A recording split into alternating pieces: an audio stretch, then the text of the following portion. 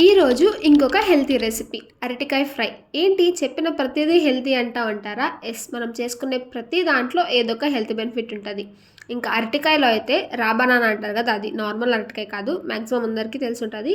అరటికాయలో అయితే full fibre ఉంటుంది కాబట్టి డైజెషన్ని ఇంప్రూవ్ చేసి కాన్స్టిపేషన్ని ప్రివెంట్ చేస్తుంది. ఇంకా వెయిట్ మేనేజ్మెంట్కి యూజ్ అవుతుంది, మంచిగా గట్ హెల్త్ ఇస్తుంది. సో లేట్ చేయకుండా రెసిపీలోకి వెళ్ళిపోదాం.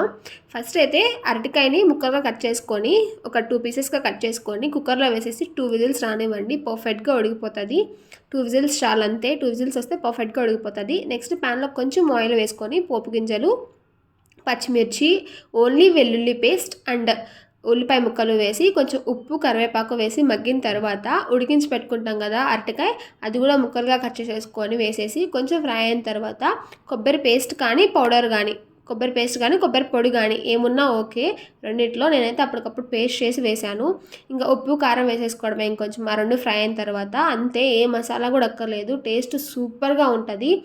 పప్పులోకి కానీ, సాంబార్లోకి కానీ, రసంలోకి కానీ కాంబినేషన్ అయితే ఇంకా అదిరిపోతుంది. ఎప్పుడన్నా ఎక్కడికైనా తొందరగా వెళ్ళాలి అన్నా కానీ ఈజీగా వెళ్ళిపోవచ్చు. నేనైతే పప్పులో మంచిగా నెయ్యి ఫ్రై చేసుకొని తిన్నాను, అమృతం. ఇంకంతే. Subscribe for more.